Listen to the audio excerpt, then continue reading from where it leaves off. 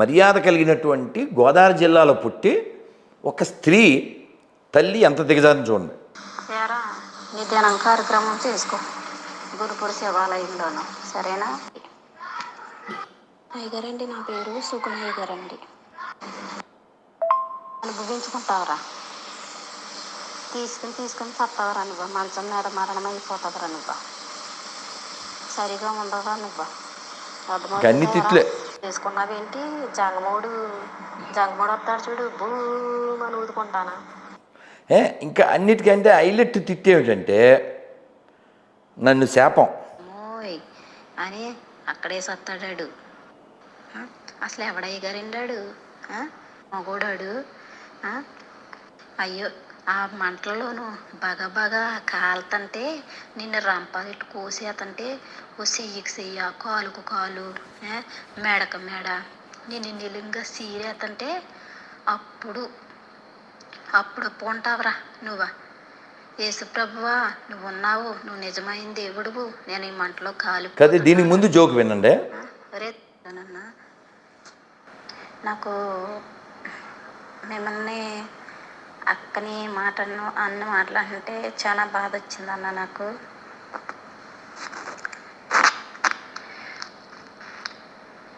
అదే ఆడు దొంగ బాబాగాడు రాధాకృష్ణ మనోహర, ఏం పేరు వద్దు, రాధాకృష్ణ మనోహర. ఆడ ముఖంలో ఉంది. వాళ్ళమ్మ కాదు, వాళ్ళమ్మ అసలు ఆడికి అలాంటి పేరు ఎందుకు పెట్టినట్టు? ఇలా చూడండి కొంచెం. నీ ముఖంలాగా ఉందిరా పేరా? అసలు నువ్వు ఎందుకు పెట్టుకున్నావురా పేరా? ఆ గుండు అసలు ఉడుసుద్దా? చిన్నపిల్ల. దీన్ని ఏమంటారు సార్? బాడీ షేమింగ్ కదా. ఇప్పుడు వ్యక్తుల్ని ఇప్పుడు మామూలుగా దీన్ని బీఓకేఏడిఏ అని అంటుంటాను కదా ఈ బుక్ని. ఎందుకు అంటాను అంటే మామూలుగా వాళ్ళ పెద్ద డైలాగ్ ఏంటి? నిన్ను వల్ల నీ పొరుగు అని ప్రేమించుము. ఇందాక చూసారుగా, అది గోదావరే, అది మగ్గొర్రే, ఇది ఆడగొర్రె, ఇది గోదావరే. ఒక గోదావరి మర్యాద కలిగిన హిందువులకు పుట్టిన వీళ్ళని ఇంత దిగజార్చిన బుక్ ఏది? నేను నరకానికి వెళ్ళిపోయి వీళ్ళ ప్రేమ కలిగిన దేవుడిని నమ్మపోతే వింటారుగా. ఇంకా దీనికంటే హైలైట్ ఒకటి ఉంది. ఏంటంటే నన్ను నరకంలో వేసేసాక అది కోసేస్తారు, ఆ తర్వాత గుర్తొస్తారు. పురుగు సావదు, అగ్ని ఆరదు, పురుగు సావదు. సరే, రంపం పెట్టి కోస్తారంట. అదే అసలు ఈవిడ హైలైట్ డైలాగ్ ఏంటంటే చూడండి, ఇది విను. ఒక్కొక్కసారి నువ్వు కానీ అంటే కనుక సాకిచ్చుకుని పీక్ కోసేపన్నా కోసే నిన్ను, అర్థమవుతుందా? సాకిచ్చుకునే పోతాంటా నిన్ను పీక్. వారిని ప్రేమించేది పనికి కాదండి. అసలు వాళ్ళ బుక్లో హైలైట్ డైలాగులు ఏంటి? నిన్ను వల్లే పొరుగు అని ప్రేమించడం. రెండోది ఏంటి? ఓ చెంప మీద కొడితే ఇంకో చెంప చూపించడం.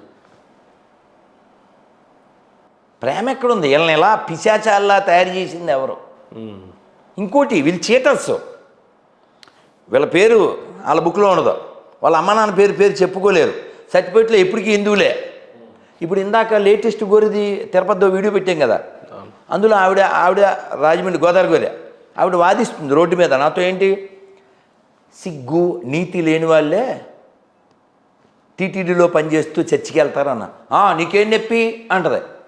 మరి హుండీలు డబ్బులు వేసేది మేమే. మీ దేవుడు చవట కాకపోతే వాళ్ళకి అన్నం పెట్టచ్చుగా. మా దేవుడు అన్నం పెడుతున్నాడు, మా దేవుడు మొక్కపోయినా. నా పేరు వెంకటేశ్వర స్వామిది, డబ్బులు వెంకటేశ్వర స్వామివి, ఉద్యోగం వెంకటేశ్వర స్వామి దగ్గర. వీడు మొక్కేది ఎవరిని?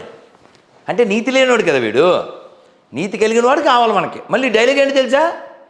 నీతిమంతుడు సూర్యుని వలె అని ఉంటుంది. నీతిమంతుడు సింహం వలె గర్జించు. వీళ్ళు నీతి ఎక్కడుంది? నీతి ఉంటే పేరు చివర రెడ్డి, పేరు చివర చౌదరి, పేరు చివర అవి వాడచ్చా నువ్వు? నీ దాంట్లో ఏం లేవా? అవి లేవా? సో యు ఆర్ 50-50 విపి. నువ్వు 100 అయిపో లేదా 100 అయిపో. రాధా మనోహర్ దాస్ గురువుగారు ఏ స్థాయిలో కూడా క్రిస్టియానిటీని ప్రేమించారు. నా మనుషులు కావాలంటుంటే వాళ్ళు మనుషులే కదా, మరి మీరు వాళ్ళని మార్చడానికి తయారు కాకుండా ఈ బొగడా బైబుల్ అని చెప్పి గొర్రెలు అని చెప్పి మీరు తిడతా ఉంటే వాళ్ళు మీ మతాన్ని ఎలా గౌరవిస్తారు అని అడిగినప్పుడు మీరు ఏం చెప్తారు? నేను ప్రేమిస్తున్నాను కాబట్టి వాళ్ళు హిందూస్ని మారుస్తున్నారు, మీకు కోపంగా ఉంది. నో దిగజారుస్తున్నారు. మారుస్తున్నా అంటే ఇప్పుడు 7వ తరగతి అబ్బాయి 8లోకి వెళ్తే ఆనందపడతాం, 10లో వాడు ఇంటర్లోకి వెళ్తే ఆనందపడతాం, ఇంటర్లో వాడు డిగ్రీలోకి వెళ్తే ఆనందపడతాం. కానీ ఇక్కడ మీరు లైవ్ ఎగ్జామ్ చూశారుగా, లైవ్ ఎగ్జామ్ చూస్తున్నారుగా, ఇప్పుడు వాళ్ళని ఎవరు దిగజార్చారు చెప్పండి. సరే, హిందూ సోదరులందరూ మారిన వాళ్ళ పట్ల మీకు బాధగానే ఉంటుంది. నేను ఎందుకు కాదు బాధ దేనికైనా అడగండి. మతం మారినందుకు బాధగా ఉంటుంది. నువ్వు గొప్ప సంస్కృతికి వారసుడు దిగజారినందుకు. మరి ఆ సంస్కృతిని ఎలా నేర్పిస్తారు వాళ్ళకి మీరు? ఎవరికి నేర్పించాలి? హిందువులు మారిపోతూ ఉన్నారు కదా క్రైస్తత్వంలో. ఆ బిడ్డల కోసం మీరు చెప్పే పద్ధతి, మాట్లాడే విధానం ఎలా ఆ సోదరులను మళ్ళీ తిరిగి నోను నాకు అసలు ఆ కాన్సెప్ట్, ఆ ఉద్దేశం లేదు. నేను 50 మామిడి పళ్ళు ఉన్నాయి నాన్న, అది కింద 5 మామిడి పళ్ళు కుళ్ళిపోయినాయి. నేను 5 మామిడి పళ్ళు బయట పాడేయడానికి చూస్తున్నా. ఈ 45 మామిడి పళ్ళు బాగుంటమే కావాలి. అర్థమైందా లేదా?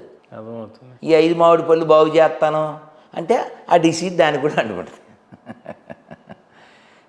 అసలు ఆ ఉద్దేశం లేదు. మరి ధర్మరక్షణ ఎప్పుడు జరుగుతుంది? ఈ 45 మామిడి పళ్ళు బాగుంటే చాలు. మరి డైలీ పోతూనే ఉన్నారుగా మన వాళ్ళు. నాన్న గుర్తుపెట్టుకోండి, మీకు ఇదివరకు కూడా ఒక ఉదాహరణ చెప్పాను, మీతో కాదు అంజలి గారితో చెప్పినప్పుడు. చాలా జంతువులు ఎక్కువ పెడుతుంటాయి వాటి సంతానం, కానీ భూమి మీద మిగిలేది ఆ సింగిల్గా కన్నటువంటివే మిగులుతుంటాయి. నిక్కమైన నీలం ఒక్కటున్నను చాలు, తలుకు బెలుకురాళ్ళు తట్టడేలా. ఏమండి, ఇప్పుడు ఈ మనస్సాక్షి లేని, నైతికత లేని ఈ మతాల్లోకి వెళ్ళిన వాళ్ళు కేవలం లోభం కారణంగా వెళ్ళారు. ఇప్పుడు మా దాంట్లో కులం లేదని చెప్పిన ఈ విపి రెడ్డి గారు ఏ భార్యని పెళ్లి చేసుకున్నాడు? ఆవిడదే కులం అడగండి కదా. ఏ కులం? సేమ్ కులం. సో ఇవన్నీ కబుర్లకే. కేవలం ఇప్పుడు నేనున్నాండి పబ్లిక్లో చెప్తున్నా, హిందువులారా గుళ్ళల్లో హుండీల్లో డబ్బులు వేయకండి. నేను చెప్తున్నానా? చాలాసార్లు చెప్పినా, చాలా ఏళ్ళ నుంచి చెప్తున్నానా? ఎవరన్నా పాస్టర్ని చెప్పండి సార్. వాళ్ళు ఎవ్రీ మంత్ సంపాదించింది 10వ వంతు ఏమంటారు? నేను చెప్తా, దశం భాగాలు అక్కర్లేదు, మన దేవుడైనా పీస్ బాబు చవట కాదు, మమ్మల్ని పోషించగలడు అని చెప్పండి సార్. ఒక అసలైన విషయం నాతో పాటు మీరు అనాలి స్వామి. ఇప్పుడు రామ్ రామ్ రామ్ రామ్, జై సేవాలాల్, జై సేవాలాల్, జై సేవాలాల్, జై సేవాలాల్, జై సేవాలాల్, జై సేవాలాల్. హాతీరామ్ బాబుజీ ఐడియా ఉన్నారు? జై హాతీరామ్ బాబాజీ, జై రాణా ప్రతాప్. సాక్షాత్తు వెంకటేశ్వర స్వామిని పాచికలతో ఓడించిన గురూజీయో స్వామీజీయో అంటాం. ప్రధానంగా ఈ రోజులలో ఫస్ట్ ఈఓ ఆఫ్ తిరుమల అయ్యా, తెలుసా? ఫస్ట్ ఈఓ రాజుగారు పెట్టారు, మీరే చూసుకోండి స్వామివారిని. హాతీరామ్ బాబుజీ అట్లాంటి ఇప్పటిదాకా వచ్చింది. హాతీరామ్ బాబుజీయో సేవాలాల్ మహారాజ్కి చెందినటువంటి వారసులంతా బంజారా బిడ్డలు ఎక్కువగా మత మార్పిడులు జరుగుతున్నాయని వినిపిస్తూ ఉన్నాయి. వినిపించడం, నేను తండాలకు వెళ్ళాను. మీరు ఒక ఇంటర్వ్యూ చేయాలి, ఒక ఆయన్ని చెప్తాను, ఇక్కడే జాబ్ చేస్తారు విద్యుత్ శాఖలో. ఆయన తాండాకి పిలిస్తే వెళ్ళాను. వీళ్ళు అమ్మవారు కనకదుర్గమ్మ గుడి అది శంకుస్థాపన, దాని 4 అడుగుల దూరంలోనే చర్చి. మనం గట్టిగానే మాట్లాడతాంగా, ఎవరు రారు, అది వేరే కథ అనుకోండి. నాకు బాధ ఏమిటంటే అంత గొప్ప సేవాలాల్ వారసులు, అంత గొప్ప రాణా ప్రతాప్ వారసులు, అంత గొప్ప సాక్షాత్ దేవుడినే పాచికలతో ఓడించి ఆయన హృదయాన్ని గెలిచినటువంటి హాతీరామ్ బాబాజీ వారసులు ఆ గొప్పతనం తెలియక ఎంత గొప్పగా పిలుస్తారండి స్వామివారిని. ఆయన వేగరారా ప్రభు వేగరారా, వేడుకతో ఆడుకొన వేలాయరా, వేగరారా ప్రభు వేగరారా, వేగరారా ప్రభు వేగరారా. భగవంతుడు వచ్చి ఆయనతో ఆడుకున్నాడు. భగవంతుడిని మనం బిడ్డలా, ఓ తల్లిలా భావిస్తాం, ఓ తండ్రిలా ప్రేమిస్తాం, ఓ మిత్రులా ఆరాధిస్తాం.